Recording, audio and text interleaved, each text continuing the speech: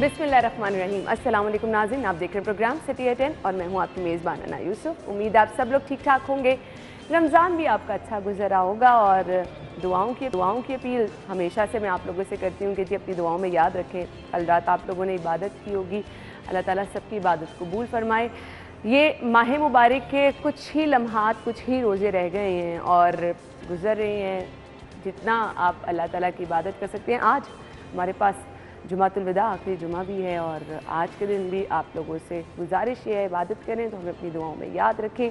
आज का शो कुछ स्पेशल इस तरह से भी होगा, कुछ बात करेंगे हम ज़कात और फ़ितर के हवाले से भी, आखिरी जुमे की भी कुछ इबादत के हवाले से आपको बताएंगे, क्योंकि हम भी चाहते हैं ये जो जाते जाते लम्हात हैं, मैक्सिमम दुआएँ, मैक्सिमम इबादत माही जो हम आपके साथ शेयर कर सकें कर लें जी। और इसके बाद हमने ख़बरें भी शामिल करनी है आज के प्रोग्राम में और इसके साथ साथ कुछ सेगमेंट्स भी प्रोग्राम का हिस्सा होंगे, क्योंकि ईद की आमद है, आपने शॉपिंग भी करनी है, वो चाहे ग्रॉसरी है, वो चाहे फिर ईद की शॉपिंग है, सब चीज़ें आपको बता देंगे जी। लेकिन थोड़ा सा इंतज़ार कर लें, प्रोग्राम का आगाज़ कर लेते हैं आज की अच्छी बात से। नहमदुहु व नसल्ली अला रसूलिहिल करीम, अम्मा बाद। मेरे दोस्तों, बुज़ुर्गों, भाइयों, आज मेरा पैगाम सबको ये है, देखना, किसी को गाली ना देना, किसी को ताना ना देना। ये इसलिए कह रहा हूँ, आज का रमज़ान मुबारक के अंदर सियासतदान किसी को गाली दे रहे हैं, किसी पे तंज़ कर रहे हैं। ऐसा नहीं करना चाहिए, ऐसा नहीं करना चाहिए। अल्लाह रब्बुल आलमीन मुझे भी आपको भी इन गुनाहों से बचने की तौफ़ीक़ अता फ़रमाए। व आखिरु दावाना अनिल हम्दुलिल्लाहि रब्बिल आलमीन। आमीन सुम आमीन। आज की अच्छी बात आपने जान ली। आज का मौसम कैसा रहेगा? Today's weather.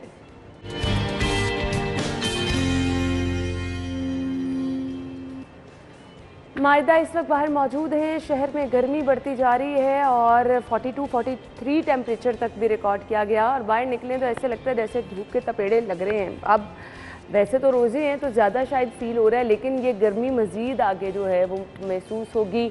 मसला क्या है जी? Load shedding. घर में भी आपको गर्मी की शिद्दत महसूस हो रही है। जो लोग बाहर जा रहे हैं वो तो वैसे बेचारे तौबा कर रहे हैं। तो मायदा की तरफ चलते हैं। मायदा, मौसम कैसा है आज का? गर्मी तो बहुत ज़्यादा है, मैक्सिमम मिनिमम टेम्परेचर क्या रहेगा?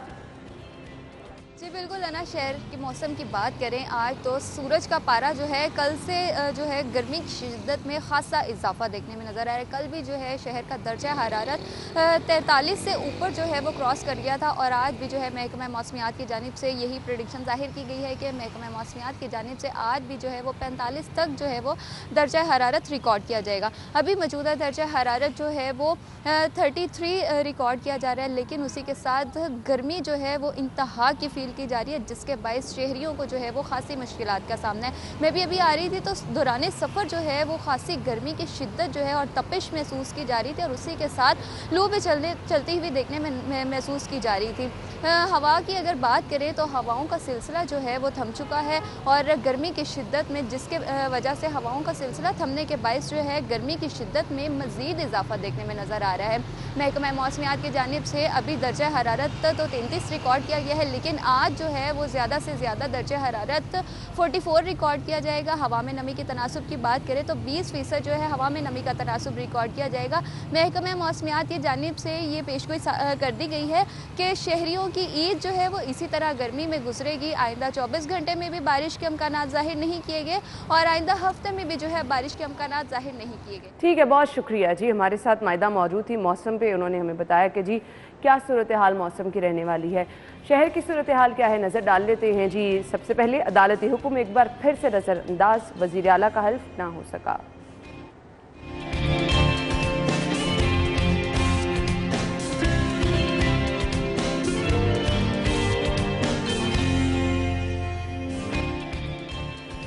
जिन्ना अस्पताल 2 अरब के मंसूबे तैयार, 10 ऑपरेशन थिएटर जून में मुकम्मल होंगे।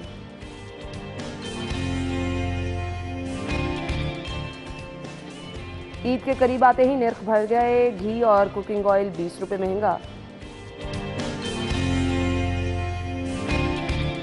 और इसके बाद पुलिस ने 10 अरब का बजट मांग लिया, शहर में 4 नए थाने बनेंगे।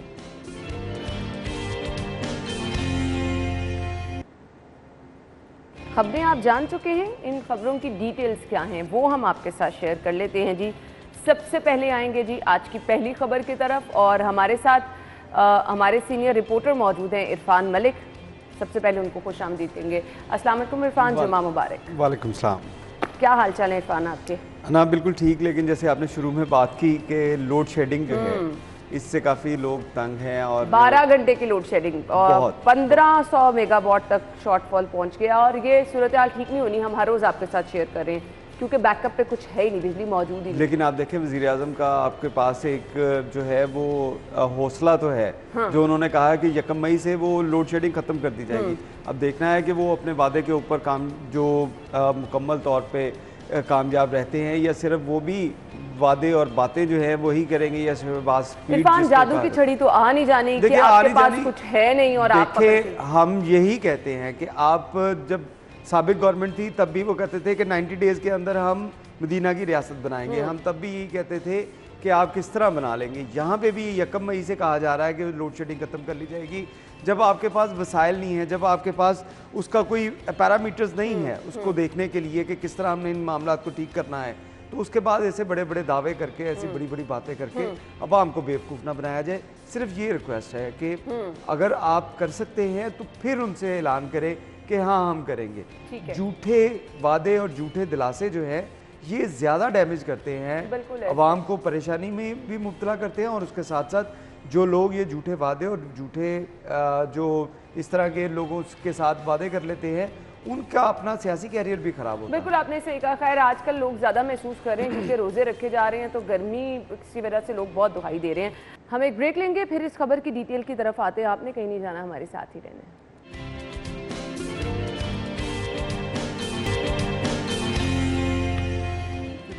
ब्रेक के बाद आपको एक बार फिर से खुशामदीद कहेंगे और हम अभी डिस्कस कर रहे थे इरफान और मैं ब्रेक में कि हमजा शहबाज शरीफ साहब क्या ईद से पहले वज़ीर आला बन सकेंगे या नहीं, क्या वो एज ए सीएम ईद गुजार सकेंगे या नहीं। रिस्पॉन्सिबिलिटी वैसे बढ़ जाएगी क्योंकि जैसे हमने शहबाज शरीफ साहब का दौर देखा, ईद पे वो एक्स्ट्रा एफर्ट करते थे और लाहौर को साफ रखना। लेकिन देखें तब वो वज़ीर आला पंजाब होते थे। अभी आप इनकी से ये उम्मीद ना रखें क्योंकि अभी ऐसी कोई सूरत हाल लग नहीं रही कि ये ईद के ऊपर भी जो वज़ीर आला पंजाब तक का हलफ ले पाएंगे। डिले किया जा रहा है ना, आज फिर तीसरी दफा चलेंगे हाई कोर्ट। आज ये हाई कोर्ट में चलेंगे और पंजाब में इस वक्त जो वाकई एक शदीद किस्म का आईनी बहरान है कि 28 रोज़, आज 28वां दिन है कि आपके पास मुस्तकिल वज़ीर आला पंजाब जो है वो नहीं है और इतना बड़ा सूबा जिसको आप बड़ा भाई समझते हैं पूरे पाकिस्तान में, उस सूबे का आपके पास वज़ीर आला नहीं है और तमाम जो इंतज़ामी अमूर हैं वो डिले के ऊपर चले गए हैं। आपके सामने लोड शेडिंग की सूरत हाल है। आगे चल के हमने महंगाई की खबर डिस्कस करनी है। आगे चल के हम हर रोज़ कह रहे हैं इतने मनसूबा जाते हैं जिन पे काम अधूरा छोड़कर ठेकेदार भाग गए हैं, मतलब उनकी कोई अहमियत ही नहीं है। आप एक दूसरा जानिब देखें कि मुल्क भर में एक जो दहशतगर्दी की लहर जो है वो दोबारा उसने सर उठाना शुरू किया है और पंजाब जैसे बड़े शहर में इसमें अभी तक आपको लॉ एंड ऑर्डर के लिए वज़ीर आला पंजाब जो है वो मौजूद नहीं है। और आपको याद होगा कि कुछ दिन पहले वज़ीर आला पंजाब की जानिब से जो उस्मान बुज़दार जो इस वक्त जो हमारे मौजूदा आइनी तौर पे वज़ीर आला हैं, उनकी जानिब से जो बयान जो मीटिंग कॉल की गई थी उसमें सिर्फ चीफ सेक्रेटरी और IG पंजाब आए और उनसे भी जो बातें हुई, उन बातों के बाद कल मैंने जो स्पीकर पंजाब असम्बली हैं चौधरी परवेज़ लाई, उनका जो बयान सुना उससे बड़ी सूरत हाल अजीब सी लग रही थी क्योंकि उसमें चौधरी परवेज़ लाई साहब का कहना था कि IG पंजाब और चीफ सेक्रेटरी जो हैं ये उनके जैसे ज़ाती मुलाजिम बन चुके हैं और इसी वजह से वो इस तरह के इक़दाम कर रहे हैं। तो जब ऐसी सूरत हाल होगी कि एक तरफ आप हुकूमत में होते हुए भी आपको अपने लगाए गए जो अफसरान हैं, चीफ सेक्रेटरी हो या IG पंजाब हो, उनके ऊपर एतमाद ना हो, तो आप किस तरह सूबे के मामलात को चला सकते हैं। लेकिन कल चौधरी परवेज़ लाई की जानिब से जो प्रेस कॉन्फ्रेंस की गई उसमें उनकी जानिब से यही कहा जा रहा था कि सूबे में कोई आइनी बहरान नहीं है। भाई अगर आइनी बहरान नहीं है तो उसके बावजूद आप ये तमाम जो एक आइनी तरीक़ाकार है, आइनी तरीके के साथ जो स्मूथ जो ट्रांजिशन होनी चाहिए इक़्तिदार की, वो क्यों नहीं हो पा रही? क्यों असम्बली का इजलास कभी डिले कर दिया जाता है, कभी वहाँ पे हंगामा राई होती है, कभी वहाँ से लोगों को मारा जाता है और उसके बाद जो है वो हल्फ की तकरीब जो है जिसके बारे में हम कह रहे हैं कि ये अब तक जो है इसके ऊपर अमल दरामद नहीं हुआ। हाई कोर्ट ने 2 दफ़ा अहकामात जारी कर दिए, उसके बाद क्या किया जा रहा है कि उसको डिलेइंग टैक्टिक्स जो है वो यूज़ किए जा रहे हैं।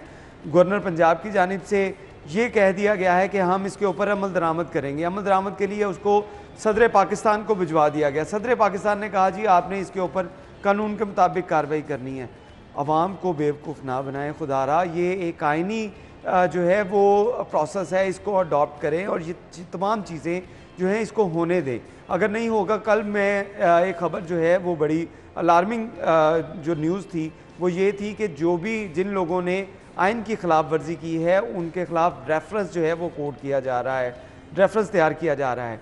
इसमें आप देखें कि आइन शिकनी जब अगर किसी के ऊपर लगती है तो आइन शिकनी की सज़ा जो है वो या तो सज़ाए मौत है या उम्र कैद की सज़ा है, क्योंकि पाकिस्तान में सज़ाए मौत जो है इसके ऊपर ज़्यादा इम्प्लीमेंट नहीं होता, तो इसी वजह से ये उम्र कैद पे जाती है।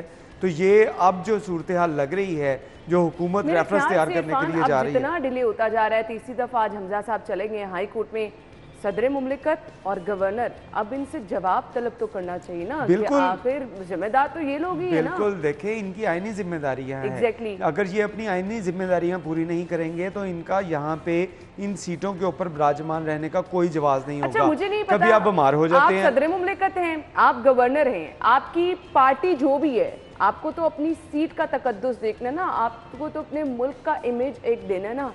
अगर आप अपनी पार्टियों से सियासी वाबस्तगियों पर काम करते रहेंगे तो फिर इस तरह तो मुल्क नहीं चलने वाला। मुल्क की बात आप कर रही हैं कि हमने इसका ख्याल रखना है।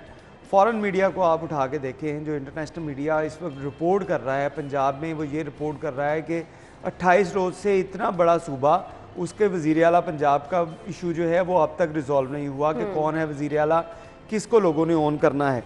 दूसरी जानिब आइन की खिलाफ वर्जी के ऊपर जो है वो बातें इस कदर शिद्दत के साथ हो रही हैं कि उसको अगर ना रोका गया तो ये एक और बड़ा इशू जो है वो बन जाएगा। आपके आइन को कोई मानने के लिए तैयार नहीं होगा। आप देखें कि इस तरह के लोग, जिन लोगों की एक सदर पाकिस्तान जो हैं, जो प्राइम सीट है किसी भी मुल्क के अंदर, सबसे बड़ा जो ओहदा है वो सदर पाकिस्तान का है, वो अगर आइन की खिलाफ वर्जी करेंगे, आइन के ऊपर मुझे समझ नहीं आता कि हम रिवायात क्या कायम कर रहे हैं। हम लोगों को बता रहे हैं कि अगर आप आइन की पासदारी नहीं करते तो ये तो कोई मसला ही नहीं है। देखे है ना, ये चीज़ें जो हैं ये मेरा नहीं ख्याल कि अब मज़ीद चल पाएंगी, कि जैसा कि अब हुकूमत जो है वो प्लान कर रही है कि हम रेफरेंस लेके जाएंगे इनके ख़िलाफ़, तो ये अगर रेफरेंस दायर किया जाता है तो ये बड़ी सख्त सज़ाएँ हैं। ये किसी भूल में ना कोई रहे कि शायद इनके ऊपर इम्प्लीमेंट नहीं होगा, जैसे पहले नहीं हुआ। वो लगता था लोगों को कि मुशर्रफ के ऊपर जब आइन शिकनी की सज़ा दी गई तो वो दुबई चले गए, तो शायद ऐसे मामलात इन लोगों के साथ भी होंगे। तो ऐसा मुझे नहीं लगता कि अब कोई ये मुल्क जो है ये इस चीज़ को बर्दाश्त कर पाएगा कि आइन शिकनी को इस कदर जो है वो तूल दिए। जितनी मिसमैनेजमेंट, जितने इदारे हटदर्मी का मुजाहरा कर रहे हैं, लोग बेचारे जो हैं गरीब से गरीब तर होता जा रहा है। जिन लोगों ने पैसे समेटने हैं वो खूब दो हाथों से जो है मौजें कर रहे हैं, पूछने वाला कोई नहीं है।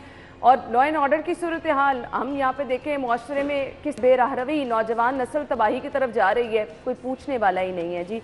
अल्लाह ताला ही रहम करे, और तो कुछ नहीं हो सकता। जिनाह अस्पताल से हम खबर शामिल करेंगे। अगली खबर हमारी होगी 10 ऑपरेशन थिएटर जून में मुकम्मल होंगे फाइनली। लेकिन मैं इस खबर की डिटेल से पहले बता दूं, इसमें कोई कुछ नहीं कर रहा, ये सिर्फ मुखय्यर हजरात की वजह से होंगे। ब्रेक लेते हैं, वापस आएंगे ब्रेक के बाद, तो फिर इस खबर की डिटेल्स क्या हैं आप तक पहुंचाएंगे। हमारे साथ ही रहिएगा।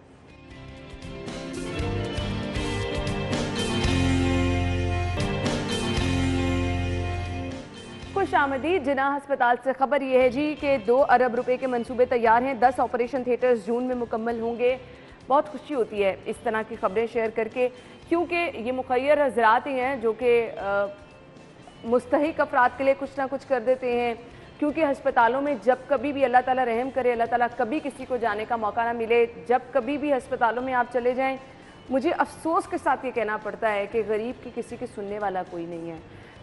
इवन इमरजेंसी में भी लंबी लाइनें, हमारे सरकारी अस्पतालों के हालात ये हैं, जल्दी किसी की बारी नहीं आती है। इरफान, क्या कहेंगे आप? बिल्कुल है ना, आपकी बात 100% ठीक है कि अगर हम हॉस्पिटल में जाकर वैसे आम रूटीन में देखें तो आपको नज़र आएगा कि हर तरफ जो आपको मायूसी और लोग जो हैं वो परेशानी का शिकार नज़र आएंगे, क्योंकि वहाँ पे उनको कभी को खैर की चीज़ जो है वो नहीं मिलेगी। अगर कोई मरीज़ पहले तो वहाँ पे आएगा मरीज़, जो वो परेशानी में आएगा, उसके बाद उसके लवाहकीन को जो चक्कर लगवाए जाएंगे कि आप यहाँ चले जाएं, आप पहले यहाँ पे पर्ची बनवाएं, उसके बाद आप ये मेडिसिन लेके आएँ, आप ये चीज़ लेके आएँ, आप मेयो हॉस्पिटल चले जाएं, ये किसी कुछ भी है, सर्विसेज चले जाएं, जिन्ना चले जाएं, गंगाराम चले जाएं, यही कुछ है। आप किसी भी सरकारी हॉस्पिटल जिनके बारे में ये कहा जाता था कि ये बड़े ज़बरदस्त किस्म के हॉस्पिटल हैं, तमाम इलाज यहाँ पे फ्री है, तमाम मेडिसिन यहाँ पे फ्री हैं, वहाँ की ये हालत हो चुकी है कि वहाँ पे आपको ये पिछले दिनों में ख़बर देख रहा था कि उसमें जो सिरिंज हैं, सिरिंज नहीं मिल रही, जो 5-10 रुपए की सिरिंज है, अगर हॉस्पिटल में वो नहीं मौजूद तो आप उससे कंडीशन से अंदाज़ा लगा सकते हैं कि हॉस्पिटल में क्या होगा। उसके साथ साथ अगर आपको यहाँ पे ऐसे जो फ्रेंड्स ऑफ जिन्ना हॉस्पिटल की तरह के लोग नज़र आते हैं, जिसमें गौहर एजाज साहब हैं या बाकी मुखैर हजरात हैं, तो ये एक ठंडी हवा का झोंका है इस कंडीशन के अंदर कि जहाँ पे आपको सिरिंज नहीं मिल रही, वहाँ पे 2 अरब रुपए के प्रोजेक्ट से 2 अरब रुपए से वहाँ पे हॉस्पिटल में ऑपरेशन थिएटर बनाए जा रहे हैं। ऑपरेशन थिएटर बन जाएंगे तो सोचिए कितनी बेहतरी आ जाएगी, कितनी बेहतरी आएगी कि जहाँ पे आपके पास आपको पता चलता है कि हॉस्पिटल में ऑपरेशन थिएटर कम है, इस वजह से मरीज़ों की बारी नहीं आ रही और मजीद मरीज़ों को टाइम दिया जाता है कि 6 माह बाद आइएगा, आप 5 माह बाद आइएगा, साल बाद आइएगा, और मुझे इस तरह उनको टाइम दिया जाता है। ट्रांसप्लांट सेंटर बनाए जाएंगे, हाँ, ये जो कि बहुत नायाब है। ये बड़ी बात है कि आप लीवर ट्रांसप्लांट सेंटर और उसके साथ साथ किडनी ट्रांसप्लांट सेंटर जो है वो उनके ऊपर वर्किंग कर रहे हैं। और इसमें मैं समझता हूँ कि जैसे हमने देखा कि PIC को इन लोगों ने जब शुरू किया था तो उसमें बड़ी बातें की जा रही थी, और हॉस्पिटल की अगर हम कार्डियोलॉजी की बात करें तो कार्डियोलॉजी में हमने मरीज़ों को देखते थे कि लोग जो व्हील चेयर के ऊपर अगर बेड है तो बेड के ऊपर 2-2 लोग बैठे हुए हैं, उनको वहाँ पे ड्रिप्स लगाई जा रही हैं, बाहर जो कॉरिडोर है उसका वहाँ पे लोग बैठे हुए हैं, उनको ड्रिप्स फ्रेंड्स ऑफ PIC वो आए और उन्होंने 100 बेड की इमरजेंसी बना के दी।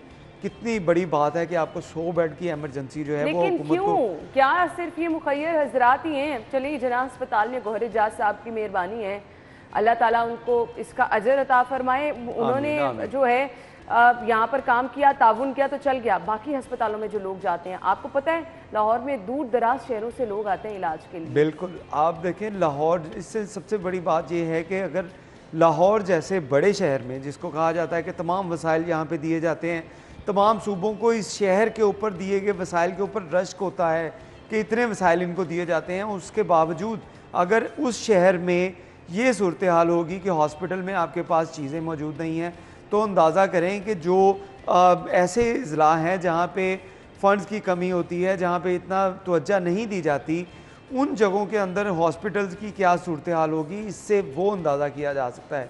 और ये हम बात कर रहे हैं उस PTI हुकूमत की जिसका मोटो था कि हम हर शहरी को फ्री फैसिलिटेशन जो है वो हेल्थ की फ़राहम करेंगे, लेकिन कि आपके हॉस्पिटल जो हैं उनकी एमरजेंसीज जो हैं वो बंद होना शुरू हो गई, वहाँ पे हॉस्पिटल में लोगों को चीज़ें मिलना बंद हो गई।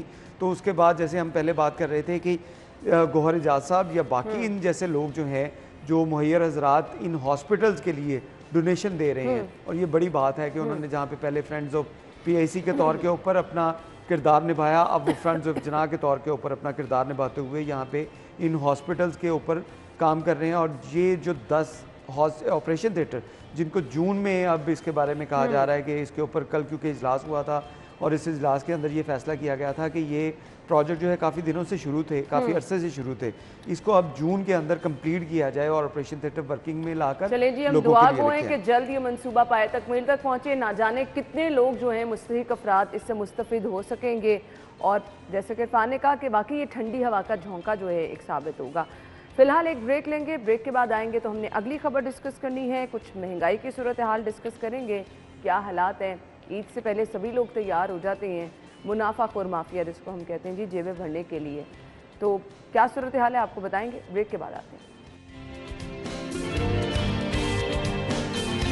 इरफान ये बता दें ना, अब बात तो ठीक है आपकी कि काम तो वो नहीं हो रहा कि जिसके लिए ये पैसे मांगते हैं, लेकिन ये पैसे सिर्फ थानों के लिए नहीं, कम रकम ये सिर्फ थानों के लिए नहीं, ये लाहौर समेत पूरे पंजाब की जो मुख्तलिफ स्कीमें थी जिसमें हाउसिंग सोसाइटीज़ भी हैं, उनके और वो फ्लैट्स हैं वो हैं, और उसके साथ साथ इक्विपमेंट ख़रीदना है या बाकी चीज़ें करनी हैं, उन चीज़ों के ये पैसे मांगे गए हैं। और उन्हीं पैसों में लाहौर के 4 थाने जो हैं जो पहले ऑनगोइंग प्रोसेस के अंदर हैं उनके ऊपर ये पैसे खर्च किए जाएंगे। आप देखें कि हर साल जो पुलिस स्टेशन बन रहे होते हैं या ऑनगोइंग स्कीम्स होती हैं उसके लिए बजट के अंदर पैसे रखे जाते हैं।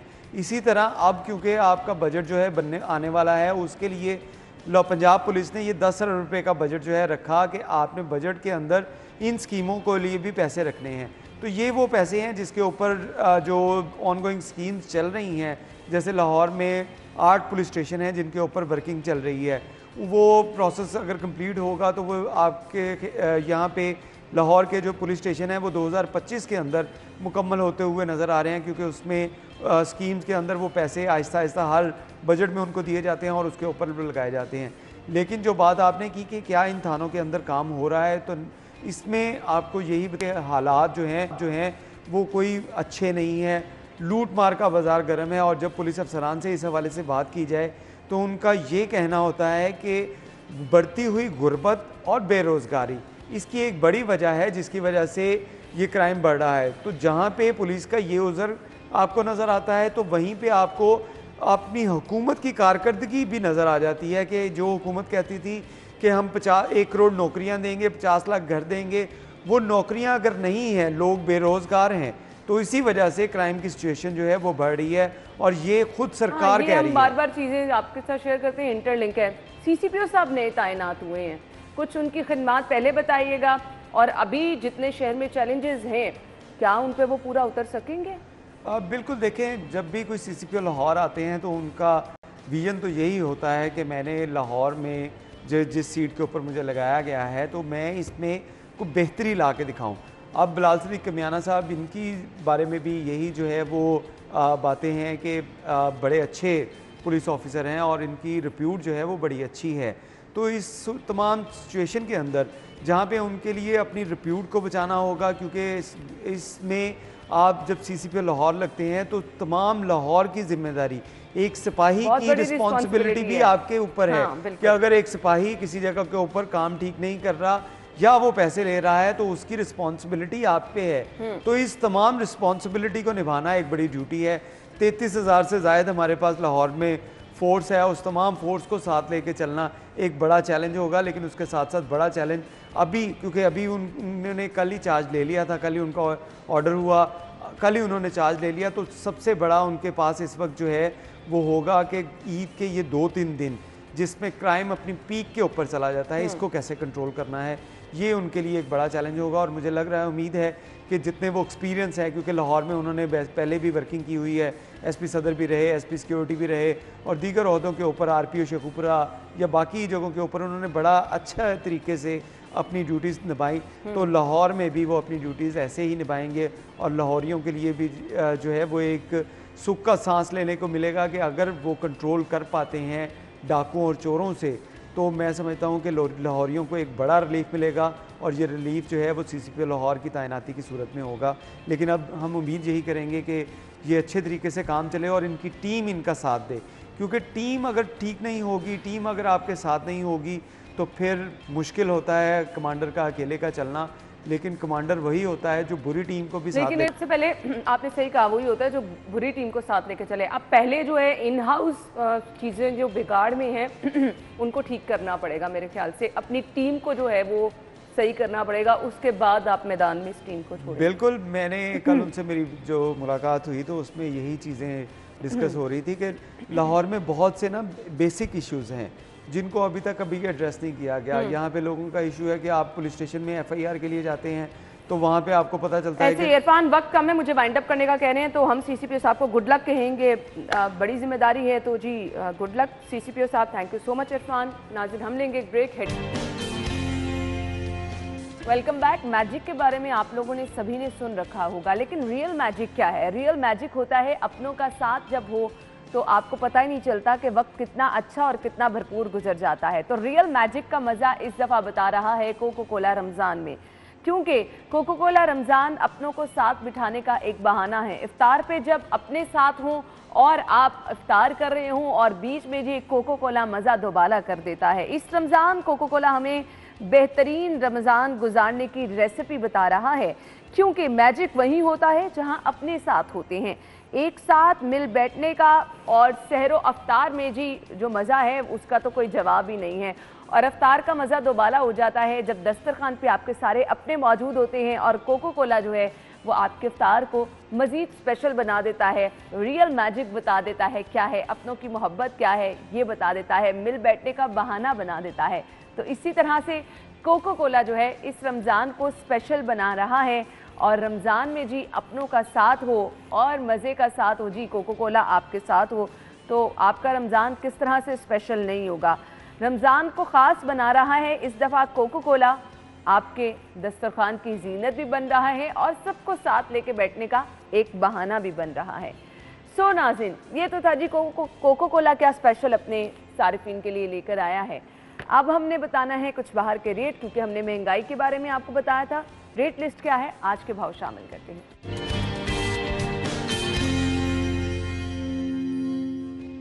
हमारे रिपोर्टर हसनैन इस वक्त मौजूद हैं रमज़ान बाज़ार में, उनकी तरफ चलेंगे। जी हसनैन। सस्ता रमज़ान बाज़ार क्रीम पार्क में मौजूद हैं और आज 27वां रोज़ा है। इसी निस्बत से बड़ी तादाद है रोज़ादारों की, शहरियों की, जिन्होंने रमज़ान बाज़ारों का रुख किया है और वहाँ पर जाकर जो अशिया खुर्दोनोश हैं वो खरीद की जा रही हैं। चाहे बात की जाए यहाँ पर एग्रीकल्चर स्टॉल्स के ऊपर सब्जियां और फ्रूट के स्टॉल्स की, या फिर चीनी की बात की जाए तो लंबी लाइनें यहाँ पर नज़र आ रही हैं। मैं इस वक्त मौजूद हूँ एग्रीकल्चर स्टॉल के ऊपर और मेरा कैमरामैन अगर दिखा सके राना अजहर कि यहाँ पर ख़वातीन की और मर्द हजरात की कितनी लंबी लाइन लगी है और यहाँ पर कितने अरसे से, यहाँ पर कितने टाइम से जो यहाँ पर ख़वातीन आकर खड़ी हुई हैं उनसे बात करने की भी कोशिश करेंगे। और यहाँ पर हमें जो सीनियर सिटीज़न है वो भी नज़र आ रहे हैं। माँ जी, आप मुझे बताइएगा कब से आप यहाँ पर आकर लाइन में लगे हुए हैं? सीनियर सिटीज़न है, आपको तो लाइन में लगना नहीं चाहिए। हाँ जी, घंटा हो गया खलोते थे, रोजा रख के लता सीधा पसीना जा रहा।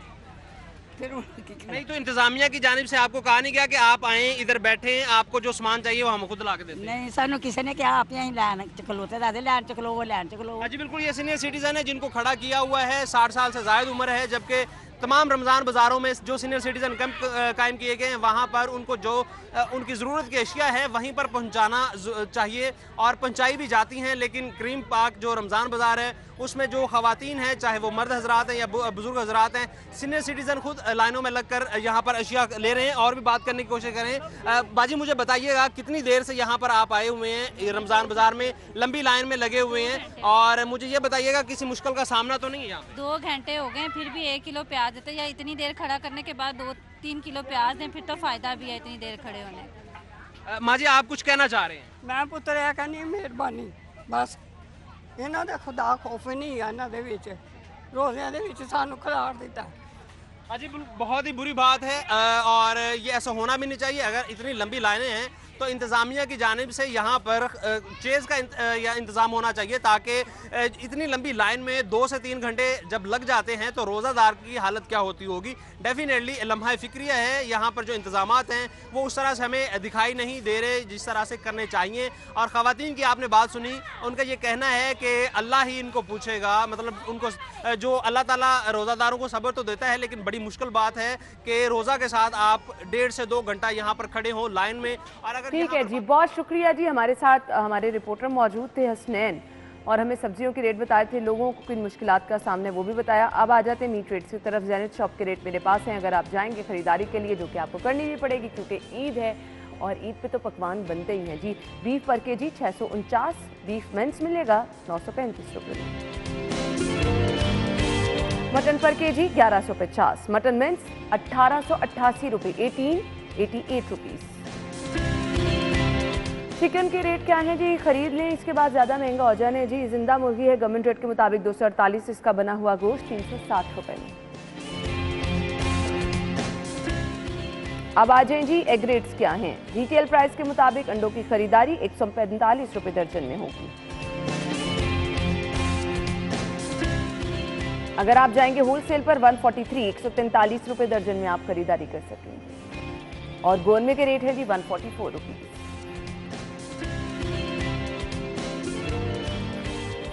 तो ये थी रेट लिस्ट कंप्लीट हो गई। अब हमने आपको बताना है जी करेंसी रेट्स। शामिल करते हैं माल का हाल।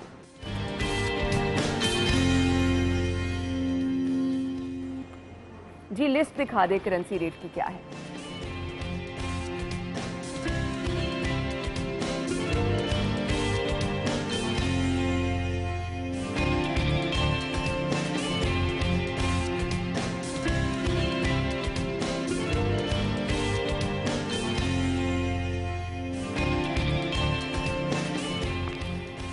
नाज़रीन, ख़रीदारी तो आपकी हो गई मुकम्मल, रेट लिस्ट भी आपको बता दी। अब हमने आपको बताना है अगर आपने ईद शॉपिंग करनी है कहाँ जाके आप पैसे बचा सकते हैं, अच्छी शॉपिंग कर सकते हैं। शामिल करते हैं बचत बाजार।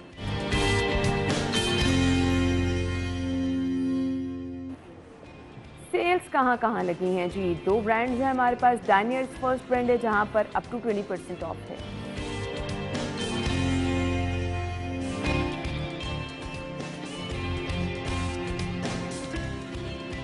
इंजन पे अगर आप जाएंगे अप टू 30% ऑफ है।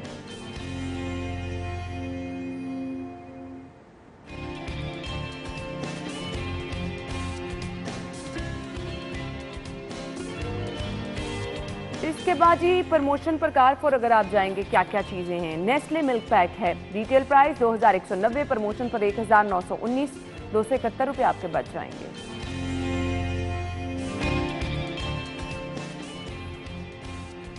इसके बाद सबरोसो नगेट्स हैं जी, और इसके बारे में मैं आपको बताऊं रिटेल प्राइस 720 है, प्रमोशन पर 449, 271 रुपीज़ इस पे आपके बच जाएंगे।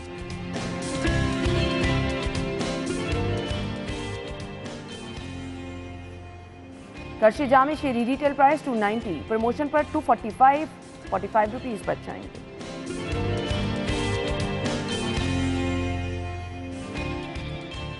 और डालडा कुकिंग ऑयल 2319, 2472 में मिलेगा आपको, प्रमोशन पर 153 रुपये बचेंगे जी आपके।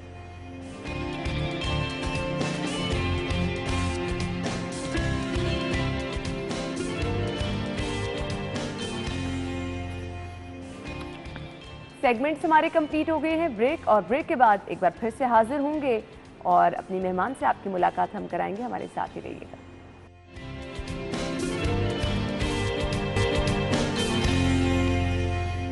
खुश आमदीद कहेंगे। प्रोग्राम के आगाज़ में आप सब लोगों को कहा था जी जुमा मुबारक। वैसे ही रमज़ान की ये बाबरकत आते हैं और गुज़रती हुई हम जितनी रहमतें समेट सकते हैं, जितनी इस्तग़फ़ार कर सकते हैं, हमें करनी चाहिए। ये वक्त जो है हाथ से निकल रहा है, माह मुबारक के चंद ही लम्हात हैं जिसमें हम जी रोज़ेदार जो हैं वक्त गुजार रहे हैं, लेकिन जिस तरह इबादत करनी चाहिए शायद उस तरह से नहीं हक़ अदा कर पा रहे हैं।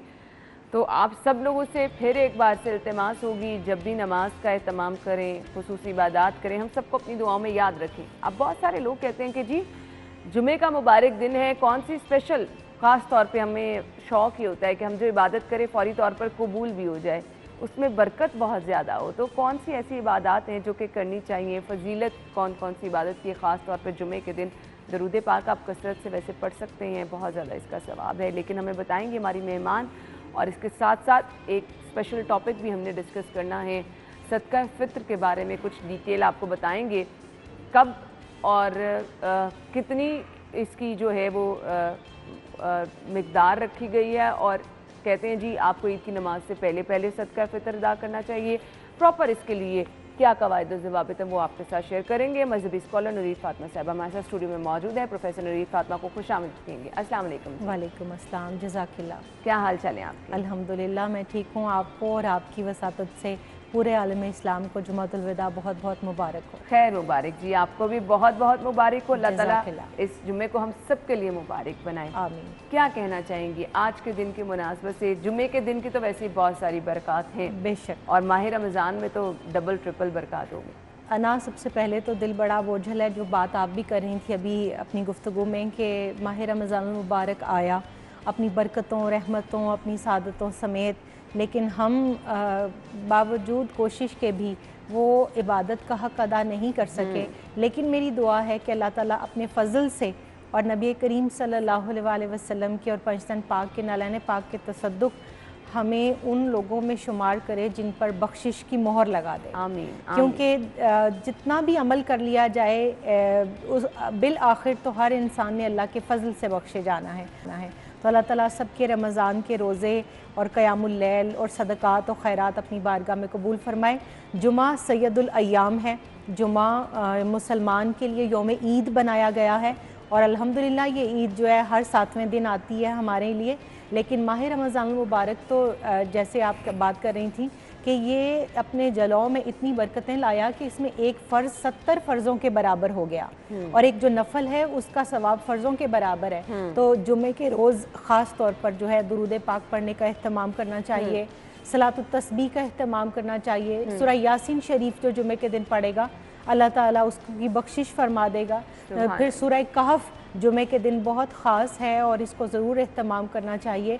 सदका और खैरात का ज़रूर अहतमाम करना चाहिए। और जैसे कि आपने बात की है कि हम जो चाहते हैं कि कोई ऐसा अमल ज़रूर हो कि जो कबूल हो, तो दुरूद व सलाम से ऊपर कोई अमल नहीं जिस पर मोहर लगी हुई है। तो आज के दिन ख़ास तौर पर हमें दुरूद व सलाम की कसरत करनी चाहिए। कुरान पाक में सूरतुल जुमा के अंदर ख़ास तौर पे अल्लाह ताला का हुक्म है कि और जुमे के दिन जब तुम्हें जुमे के लिए कॉल दी जाए, अज़ान हो, आवाज़ आए मस्जिद से हय्या अलस सलात हय्या अलल फलाह, तो दौड़ो नमाज की तरफ और लपको नमाज की तरफ और तुम अपनी ख़रीदो फ़रोख्त को तर्क कर दो। और ये बेहतर है तुम्हारे लिए अगर तुम ये जानो। तो आप देखिए कि जुमे के दिन की बरकतें पूरी दुनिया, पूरे आलम इस्लाम में ये हैं कि आज सफ़ें जो हैं वो पूरे साल से ज़्यादा होंगी। वैसे तो माह रमज़ान मुबारक में हर जुमे को मस्जिदें सजती हैं कसरत से, लेकिन आज सबसे ज़्यादा होंगी। तो वो आप ही की बात को सेकंड करूँगी कि आज उम्मत मोहम्मद अला साहिब सलात के लिए खुसूसन और पाकिस्तान के लिए दुआएं करने का वक्त है। और ख़ास वो घड़ी जुमे के दिन खुतबे के दौरान जो है, उस खुतबे के बाद और इकामत से पहले की एक घड़ी ऐसी है जो कबूलियत की घड़ी है। और फिर जुमे के दिन असर ता मगरिब की घड़ियाँ कुछ ऐसी हैं जो कबूलियत की घड़ियाँ हैं। तो आज दुआ का ख़ास तौर पर अहतमाम ज़रूर करना चाहिए। ज़रूर करना चाहिए। अल्लाह ताला हम सब की दुआ कबूल फरमाए। अच्छा जी, सलातुत तस्बीह के बारे में मुझे बताइएगा। बहुत सारे लोग मुख्तलिफ़ तरीके से भी पढ़ते हैं, कुछ तरीका भी इसका बता दें जो जिस तरीके से सभी लोग, मैंने क्योंकि बहुत सारे लोगों से मुख्तलिफ़ तरीका सुना है जिस तरीके से मैं पढ़ती हूँ, तो मैं चाहूँगी थोड़ी सी आप रहनुमाई कर दें यहाँ पे। हज़रत अब्बास रज़ियल्लाहु ताला अन्हु से ये ख़ास जो है इबादत हम तक उनके वसीले से पहुँची। अच्छा। आप सल्लल्लाहु अलैहि वसल्लम ने उनको इरशाद फरमाया कि चाचा जान, मैं आपको एक ऐसी चीज़ ना बताऊँ कि जो इंसान के गुनाह अगरचे समुंदर की झाग के बराबर भी हों तो अल्लाह ताला उनको बख्श देगा। तो उन्होंने फरमाया ज़रूर बताइए। आपने फरमाया फिर ज़िंदगी में एक मरतबा या साल में एक मरतबा या महीने में एक बार या जुमे के जुमे या दिन में एक बार। अब ये डिपेंड करता है हर इंसान कितनी टाइम निकाल पाता है, तो वो इसका एहतमाम ज़रूर करे।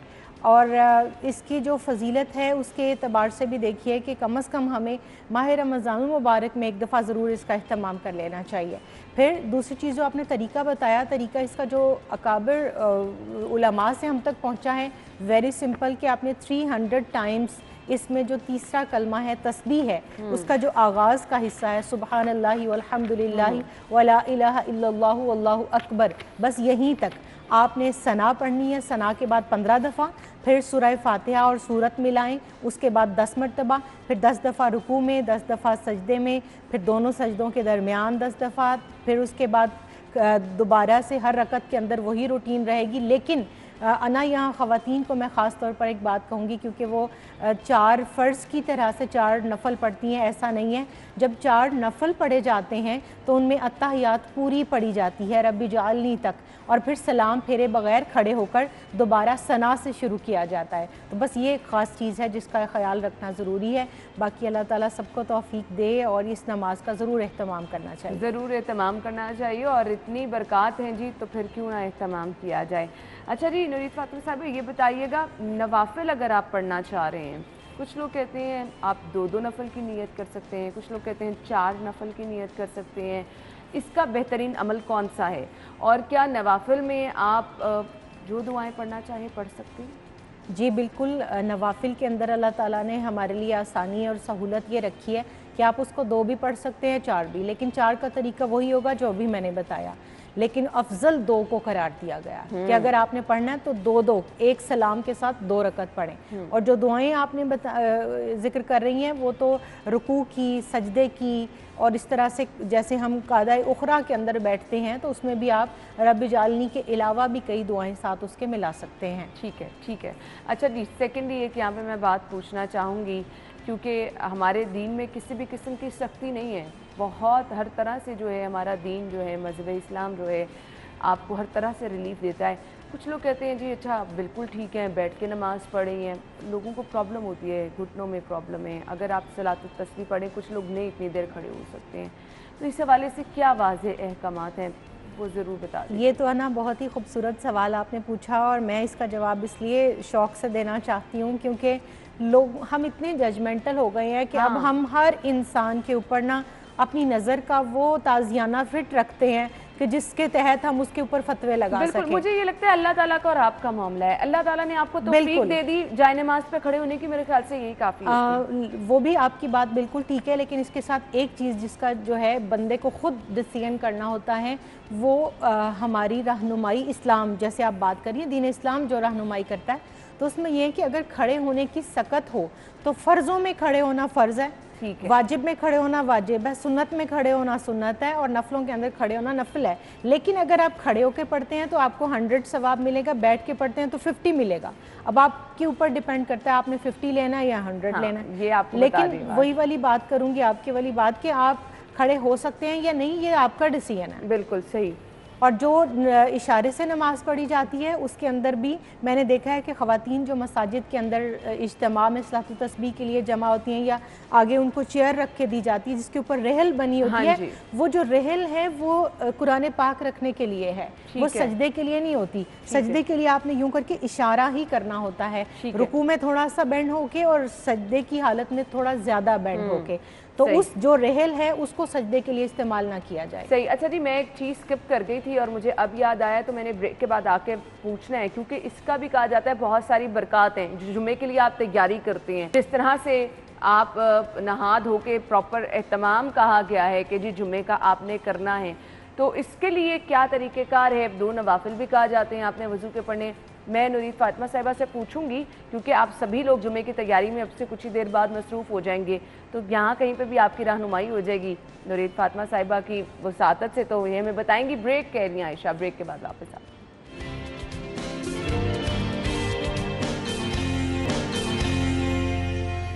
Welcome back. आप सभी लोगों ने सुन रखा है कि जुमे की तैयारी का भी उतना सवाब मिलता है जितना कि जुमे की नमाज का आपको मिलता है। तो तैयारी जुमे की किस तरह से की जाती है? सभी लोगों ने अब से कुछ ही देर में तैयारी शुरू करनी है। जी नुरीद फातिमा से। बहुत सारे लोग तो अना तैयारी कर भी चुके हैं। जुमे का ताल्लुक़ जो है वो जुमे की नमाज के साथ बहुत ख़ास है, लेकिन इस दिन को जैसे मैंने शुरू में बताया यौम ईद कहा जाता है और इसके बारे में रिवायात में आता है कि यौमुन नज़ाफ़ा है, यानी सफाई हासिल करने का दिन है। तो आप यूँ समझ लीजिए कि पूरा हफ्ता अगर आपको वक्त नहीं मिला आपकी जो है वो एक इंटरनल हाइजीन का और बाकी तमाम चीज़ों के इहतमाम का, तो जुमे के दिन आपको गुस्ल करना मसनून है, सुन्नत है आप सल्लल्लाहु अलैहि वसल्लम से। और ये अहकामात में है कि जो कोई तंदुरुस्त हो और वो उसके पास पानी अवेलेबल हो तो उसके ऊपर वाजिब है कि जुमे के रोज़ वो गुस्ल करे। अच्छा, उसके बाद दूसरी चीज़ है अपने बाल तरशवाना, अपने नाखून तराशना और उसके बाद अपने मिसवाक करना, खुशबू लगाना, अच्छा लिबास पहनना, साफ़ सुथरे कपड़े पहनना। और मैंने तो देखा है बाज़ हमारे जो इस्लामी घराने हैं उनके अंदर जुमे को बाकायदा ईद की तरह से खाने भी बनते हैं। तो इस दिन को जिस तरह से मुसलमान के लिए यौम ईद कहा गया, इसी तरह से इसका इबादात और अपने जो है अपनी सोशल लाइफ के अंदर भी इसका इस तरह से इहतमाम करना हमें बहुत सारे अजर व सवाब का जो है वो हकदार करार दिलवाता है। सही। अच्छा, मुझे 2 चीज़ें बताइएगा। बाजमात नमाज जुमा अदा करना, कुछ लोग कुछ काम में बिज़ी होने की वजह से, कुछ मसरूफियात की वजह से, इस पे क्या वाज़ेह अहकामात हैं कि बाजमात ही नमाज जुमा की अदायगी करें? मर्दों के लिए, आज़ाद के लिए और सिर्फ 4 लोग ऐसे हैं अहादीस की रोशनी में जिनके ऊपर जुमे की नमाज जो है वो फ़र्ज़ नहीं है जमात के साथ। औरत यानी औरत के ऊपर फ़र्ज़ नहीं है। अगर कहीं ऐसी मस्जिद है जहाँ पर्दे का इस्तेमाल किया गया और ख़वातीन जाके जुमे के इज्तिमा में मिल सकती हैं, मर्दों के साथ इख्तिलात नहीं है, तो ख़वातीन को ज़रूर जाना चाहिए। ठीक है। दूसरी चीज़ ये है बच्चे, जो कमसिन बच्चे होते हैं उनके ऊपर जुमे की नमाज फ़र्ज़ नहीं है। तीसरा है ग़ुलाम या जो कैदी हों। और चौथा जो है वो बीमार है जो मस्जिद को ना जा सके। सिवाय इनके बाकी तमाम अफराद जो मर्द हजरात हैं उनके ऊपर जुमे के नमाज के साथ मिलना लाजिम है, फ़र्ज़ है, वाजिब है, और उसके बारे में इतनी वईदें आई हैं कि जो कोई जुमा की नमाज को दानिस्ता छोड़ता है, बग़ैर किसी वजह के जमात के साथ नहीं शामिल होता, अल्लाह ताला उसके दिल को स्याह कर देता है, एक धब्बा लगता है। और जो 3 जुमे मुसलसल छोड़ देता है, फिर उसका जो दिल है वो स्याह होना शुरू हो जाता है, और एक वक्त आता है कि जब दिल तमाम का तमाम स्याह हो जाता है, फिर सुम्मुन बुकमुन उम्युन फ़हुम ला यरजिऊन की तरह से उसके ऊपर मोहर लग जाती है। तो अल्लाह ताला मुआफ़ फरमाए। और ये जो नमाज, जुमे की नमाज को छोड़ने वाला कल्चर है, ये कम से कम हमारी इस्लामी मुआशरे के अंदर ये नहीं होना चाहिए। बिल्कुल सही आपने कहा। तो अपने बच्चों को शुरू से इस तरह का माहौल देंगे, छोटी छोटी बातें जो हैं बताएं ताकि उनके लिए हेल्पफुल हो। सदका फ़ितर के बारे में मुझे बहुत ही मुख्तसर तौर पे बता दीजिएगा, वक्त क्योंकि हमारे पास। जी, सदका फ़ितर जो है हर मुसलमान के लिए लाजिम है, चाहे वो उस दिन फजर के वक्त पैदा हुआ हो। अच्छा, वो बच्चा अगर ईद के दिन पैदा हुआ है तो भी उसका लाजिम है। अब उसमें यह है कि 4 कैटेगरीज़ हैं, गंदुम 2.5 किलो के बराबर, जौ, खजूर, और उसके अलावा तीसरी चीज़ किशमिश, चौथी चीज़ किशमिश है। तो अब आपको खुद तय करना है आपका स्टेटस क्या है। उस स्टेटस के अकॉर्डिंगली उसकी कीमत जो है वो ईद की नमाज से पहले अदा करना जो है वो मुस्तहसन है, उसको अप्रिशिएट किया गया, क्योंकि इसका जो मकसद हदीस में बताया वो 2 मकासद है। एक तो रोज़ों के दरमियान जो कमी कजी रह गई, अल्लाह ताला उस सदके के सदके उसको पूरा फरमाता है, और दूसरा ये कि गरीबों की परवरिश के लिए, कि जो गुरबा हैं, मसाकीन है, यतीम है, बेवा औरतें हैं, मफलूकुल हाल हैं, वो लोग भी आपके साथ उसको हो जाए। तो जी ज़रूर आपने सदका फ़ितर जो है इसकी बर वक्त अदायगी करनी है, इसका तरीक़ेकार क्या है वो भी बता दिया। बहुत बहुत शुक्रिया नूरीद फातिमा साहिबा, लोगों की रहनुमाई आपने की, और जुमे के मुबारक दिन की बरक़ात किस तरह से हम समेट सकते हैं ये भी हमें बता दिया। शुक्रिया आपके वक्त का। ब्रेक लेंगे और हाजिर होते हैं एक ब्रेक के बाद। अपने मेहमानों से आपकी मुलाकात कराएंगे, हमारे साथ ही रहेगा।